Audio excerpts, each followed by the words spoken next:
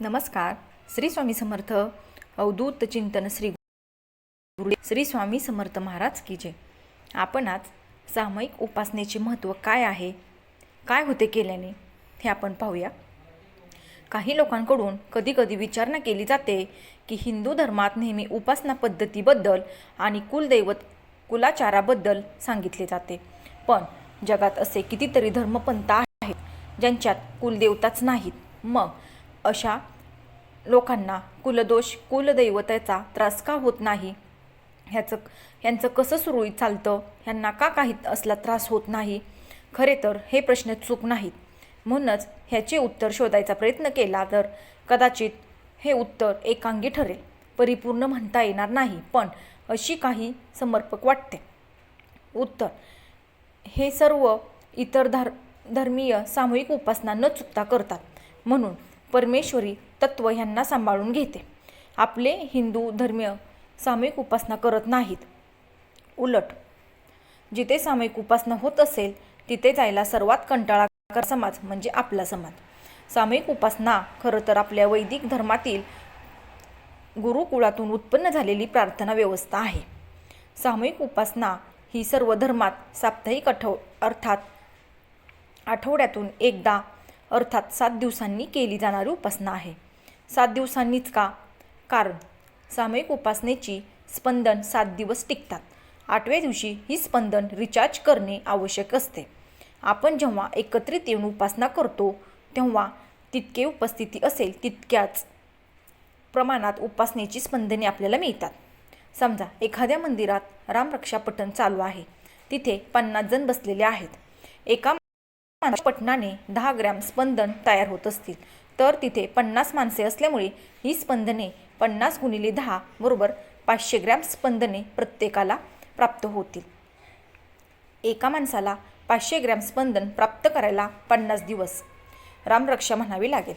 तर सामूहिक उपासनेत एका वेळी 50 दिवसाची प्राप्ती करता येते. पण ही प्राप्ती टिकवून ठेवण्यासाठी आपल्याला 8व्या दिवशी एकत्रित येऊन उपासना करणे जरुरीचे आहे. ह्यात तेव्हा नियमितपणा येतो तेव्हा अडचणी आपोआपच सुटताना दिसतात. बंद झालेले मार्ग आपोआपच खुले होताना दिसतात. जेव्हा एखाद्या भूमीवर सामूहिक उपासना सतत चालू असते तेव्हा त्या भूमीचे दोष नाहीसे होऊन नैसर्गिक आपत्तीपासून आपोआपच संरक्षण भेटते. समाजाचे देशाचे सामूहिक प्रारब्ध सौम्य होते. कोरोना काळात सामूहिक उपासना नियमितपणे करणाऱ्या लोकांवर कोरोनाचा प्रादुर्भाव तीव्रतेने दिसला नाही. उपासनेमुळे प्रार्थनेमुळे तुमच्या प्रारब्धात बदल घडतात. सामूहिक उपासनेमुळे साधकाचे वैयक्तिक प्रारब्ध हल होते किंवा त्याची तीव्रता कमी होताना दिसते.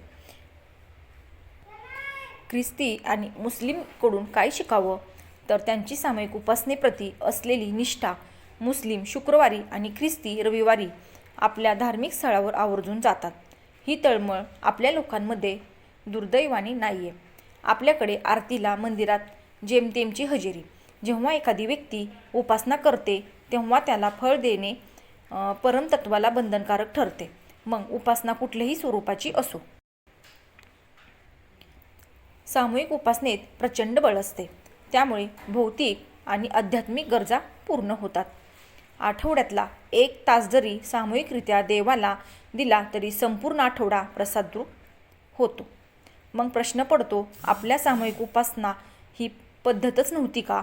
सामूहिक उपासना हीच भारतीय अख्ख्या विश्वाला देणगी आहे. पण जातीपातीच्या खुळचट संकल्पनामुळे उपासना बंद पडली. आपल्यातच आपण इतके झुपलो संस्कृतीचा विसर पडलाय. कुळाचार आणि कुलदेवतेची उपासना ही सामूहिक पद्धतीनेच केली जायची.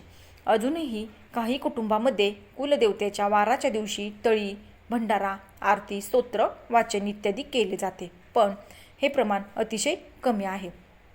मंदिरात ठराविक वारी जमून सामूहिक उपासना हल्ली काही लोकांनी सुरू केली आहे. ह्या उपासनेला नियमितपणे जावे. तुमचे वैयक्तिक दैवत उपासना जे काही असेल ते खंडित न करता. आत्ताच्या भयानक काळात सामूहिक उपासना अतिशय गरजेची आहे. एक अदृश्य संरक्षण कवचच प्राप्त सहज होऊन जाते.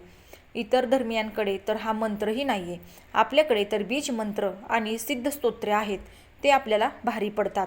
कारण एकच सामूहिक उपासना आपल्या स्तोत्राची मोठ्या प्रमाणात नियमितपणे सामूहिक आवर्तने होऊ लागल्यास धर्मप्रसारात ह्याची किती मोठे बळ प्राप्त होऊ शकेल ह्याचा ज्याने त्याने विचार करावा. जर तुमच्या जवळील केंद्रात अशी सामूहिक उपासना होत असेल तर तुम्हीही नक्की जावा. खूप छान अनुभव येतात